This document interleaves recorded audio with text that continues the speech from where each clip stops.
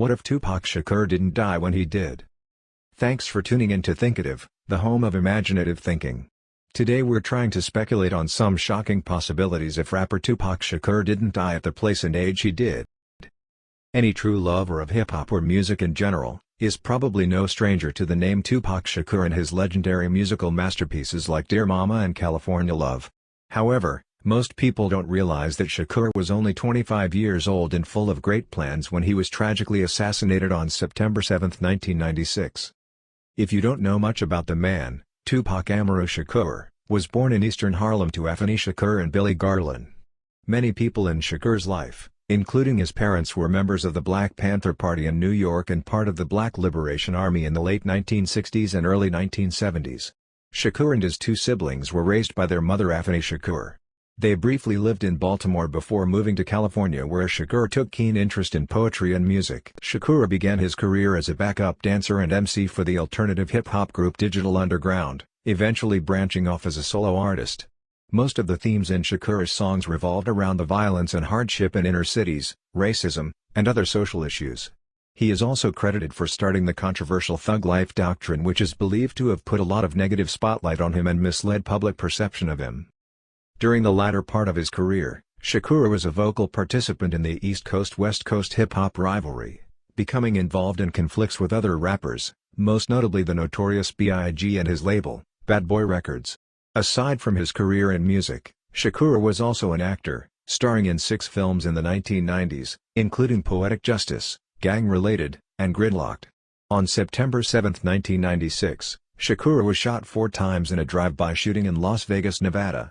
He was taken to the University Medical Center of Southern Nevada, where he died from his injuries 6 days later.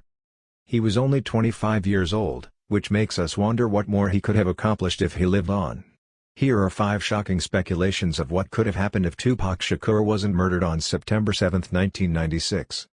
If you are new here, please subscribe to our channel and give a thumbs up to this video. Number 1. The King of Hip-Hop. While listeners of other musical genres have dubbed one outstanding artist as the king or queen of that genre, such has never been the case with hip-hop. Michael Jackson has been dubbed and is widely accepted as the king of pop, B.B. King as the king of blues, Bob Marley as the king of reggae.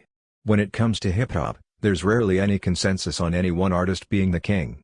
Maybe because no one artist has a true cut-across body of work, impact and influence. Or maybe because hip-hop is a complex culture comprising other arts like graffiti, beatboxing and b-boying. In 2011, Rolling Stone magazine named rapper Eminem as the king of hip-hop. While most people don't agree with the choice, it makes sense to name a living person as king of anything. However, if Tupac was still alive, there's no doubt that he'd have the title. Shakur has sold over 75 million records worldwide, making him one of the best-selling music artists of all time. His album All Eyes on Me is among the best-selling albums ever. Shakur is consistently ranked as one of the greatest and most influential rappers of all time, and he has been listed and ranked as one of the greatest artists of any genre by many publications, including Rolling Stone. He was inducted into the Rock and Roll Hall of Fame in his first year of eligibility. We can spend the next day listing Tupac's achievement and justifying why he should have the title. Just think about this for a moment. The Michael Jacksons, the B.B. Kings and the Bob Marleys had their whole lives to practice their crafts and prove their worth. Michael Jackson, for example, was a star from childhood. Tupac achieved all he achieved within a space of less than 7 years. How could he not have made more of an impact if he lived on? How could he not have been king of hip-hop? Number 2. The survival of Death Row Records. At the peak of Shakur's career, Death Row Records, the music label he was signed on, was one of the biggest names in hip-hop music. It featured other hip-hop power icons like Dr. Dre and Snoop Dogg. Its controversial founder and CEO, Suge Knight, was among the most talked about upcoming black entrepreneurs. He was feared and respected both for his influence in the industry and his allegedly bullish ways of conducting business. The success of Death Row Records, however, was largely credited to its ace artist, Tupac Shakur. So, when Shakur died in 1996, the label struggled to get back on its throne. Faced with suspicion and anger relating to Shakur's unsolved murder, growing debt and legal issues of the CEO, and mostly, the absence of any other artist to fill Tupac's shoes and ensure commercial success, the company wound up. To this day, it is believed by many, if Tupac didn't die when he did, Despite Suge Knight's reputation and legal problems, Death Row Records would have grown into an entertainment powerhouse just like Bad Boy Entertainment. Number 3. The first black billionaire entertainer. Today, any list of rich and successful black entertainers with close ties to music will most definitely have the names Dr. Dre, Diddy and Jay-Z on top. These guys and most others are from the era of Tupac Shakur and were far less successful at their prime than Shakur.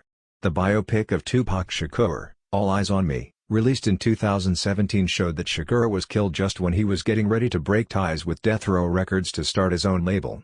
That would have been a massive success for Shakur because he was the hottest artist at the time. He had the hottest group and highly talented artists like Idi Amin, Yaki Kadafi and Castro just to name a few. These guys would have all made successful solo careers under Shakur's label.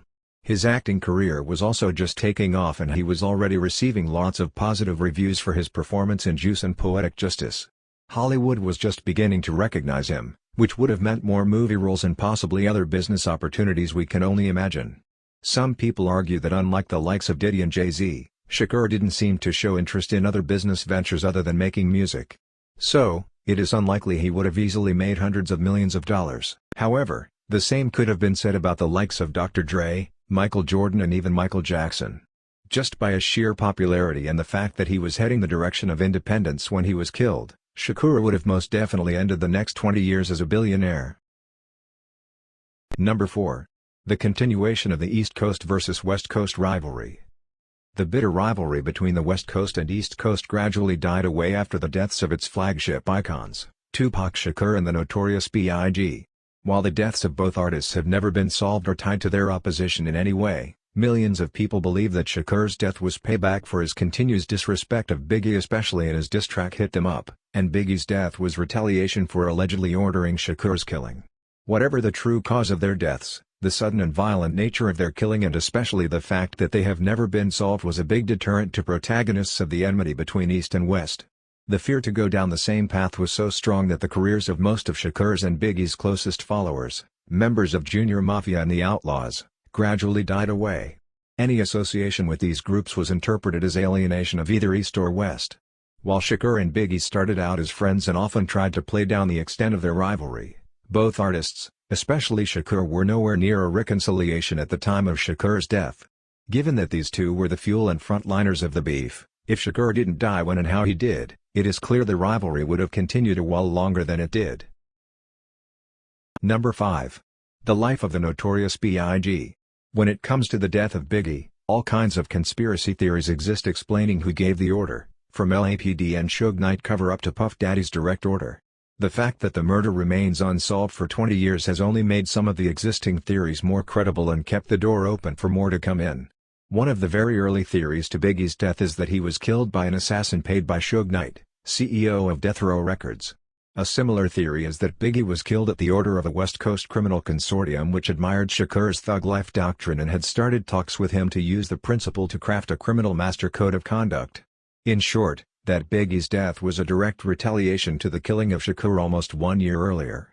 While there is only sketchy evidence to back any of these theories, if you're a believer of this line of conspiracy, then it is credible to think that, had Shakur not been killed, Biggie would not have been targeted and killed as well.